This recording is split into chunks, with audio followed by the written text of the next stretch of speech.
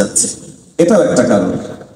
বেকারত্ব, বিভিন্ন জায়গায় মাদকের সহজলভ্যতা এবং শিক্ষা প্রতিষ্ঠানে আমাদের শিক্ষক যারা আছেন তাদের তারা তাদের স্টুডেন্টদের টেক কেয়ার করেন, কিন্তু মাঝে মধ্যে কিছু কিছু ক্ষেত্রে দেখা যায় এইটার একটু অভাব পরিলক্ষিত হয়, এটাও একটা কারণ হিসাবে পরিগণিত হতে পারে।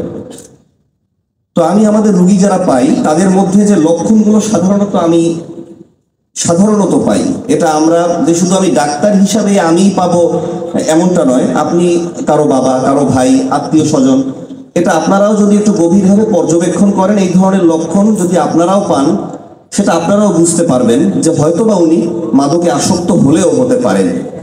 শারীরিক কিছু লক্ষণ থাকে, এর মধ্যে চোখ লাল থাকা, চোখের পাতা যেটা আছে ফুলে যাওয়া, মুখ শুকিয়ে যাওয়া, ঠোঁট শুকিয়ে যাওয়া, অস্থিরতা বেড়ে যাওয়া, নিত্য নৈমিত্তিক কাজে খুব অস্থিরতা দেখতে পাবেন তার মধ্যে, ঘামের পরিমাণ বেড়ে যাওয়া, আগের বক্তা আমাদের বলেছেন ক্ষুধা মন্দা, রুচি কমে যাবে এই ধরনের নেশাগ্রস্ত মানুষের, ঘুমের সমস্যা, রাতের পর রাত জেগে থাকতেছে, ঘুম আসতেছে না, মোবাইল এডিকশন বা সারা রাত জেগে কথা বলা, ঘুমের সমস্যা এটা অন্যতম, এবং প্যারালালি রোগ প্রতিরোধ ক্ষমতা কমে যাওয়া।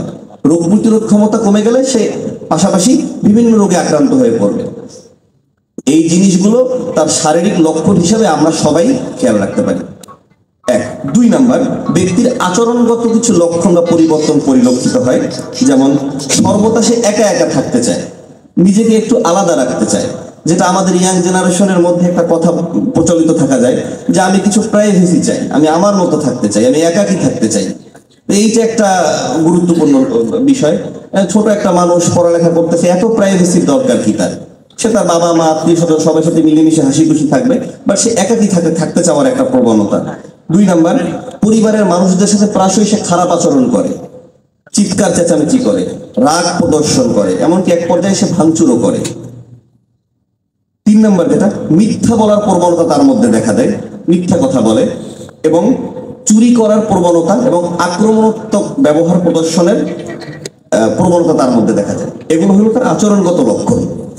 এবার 3 নাম্বার যেটা, আমি মানসিক ডক্টর হিসেবে যেটা বলবো, মানসিক কিছু লক্ষণ তার মধ্যে পরিলক্ষিত হয়। আমি 4-5 মিনিটের মধ্যে শেষ করে দিব। মানসিক যে লক্ষণগুলো, মনোযোগের অভাব, কাজে কর্মে বা নিত্য নৈমিত্তিক কাজ, পড়ালেখায় মনোযোগের অভাব দেখা যায়, যার ফলে তার রেজাল্ট খারাপ হয়, খুব স্বাভাবিক। স্মৃতিশক্তি হ্রাস পাওয়া, নিত্য নৈমিত্তিক কাজে উদ্বেগ বা অ্যাংজাইটি পরিলক্ষিত হওয়া, বিষণ্ণতা অনুভব করা বা হতাশা থাকে বা ডিপ্রেশনের মধ্যে দিয়ে সে যায়, নিত্য নৈমিত্তিক কাজগুলো সে ভুলে যাবে, হ্যাঁ, প্রায় এটা কি করলাম ওইটা কি করলাম ভুলে যাওয়ার প্রবণতা, এবং মানসিক কিছু লক্ষণও তার মধ্যে দেখা যেতে পারে।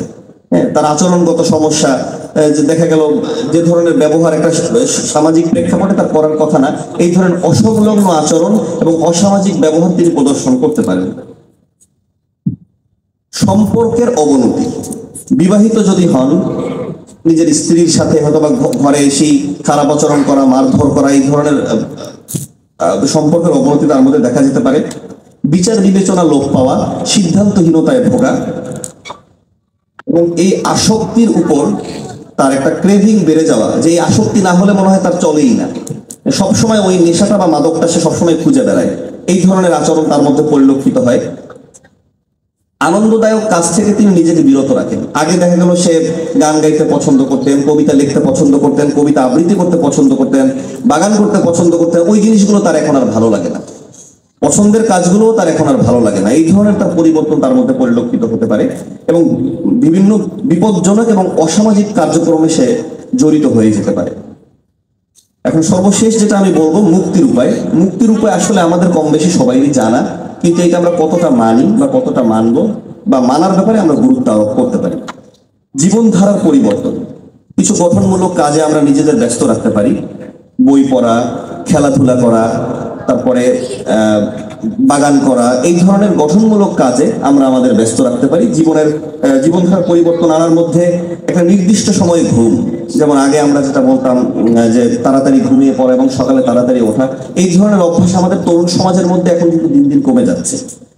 একটা মানুষের স্বাভাবিক 7 থেকে 8 ঘন্টা ঘুম প্রয়োজন, সেক্ষেত্রে আমরা সকাল সকাল ঘুমিয়ে পড়ার একটা অভ্যাস করা যেতে পারে, সকালে ওঠার অভ্যাস করা যেতে পারে।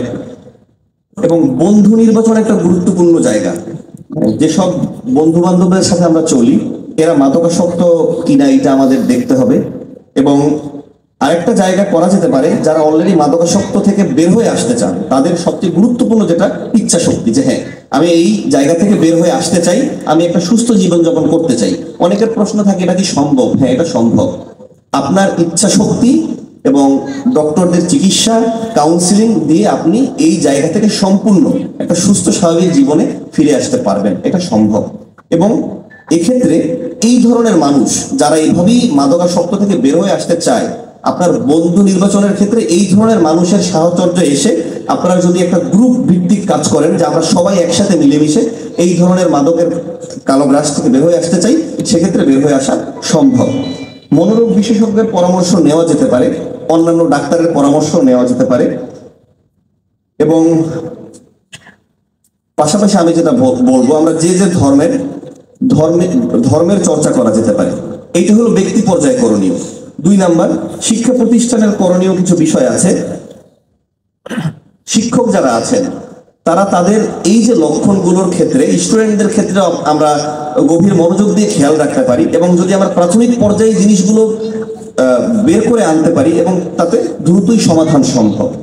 পারিবারিক পর্যায়ে করণীয়, পরিবারের যিনি কর্তা আছেন, বাবা মা, আত্মীয় স্বজন যিনি দ্বারা পরিবারে থাকেন, তরুণ প্রজন্মের দিকে আমরা খুব আরো অধিক মনোযোগী হয়ে এই জিনিসগুলো দৃষ্টিপাত করতে পারি। এবং সরকারের উদ্যোগ তো পাশাপাশি রয়েছেই, আমাদের সরকার এই ব্যাপারে সজাগ। তো আমি আমার কথা এখানেই শেষ করব, এবং শেষে যেটা কথা আমি এখানে প্রতিবাদের একটা বিষয়, ইনভেস্ট ইন প্রিভেনশন, প্রতিকার এবং প্রতিরোধের দিকে আমাদের বেশি সচেষ্ট হওয়া যেতে পারে। ধন্যবাদ। আসসালামু আলাইকুম।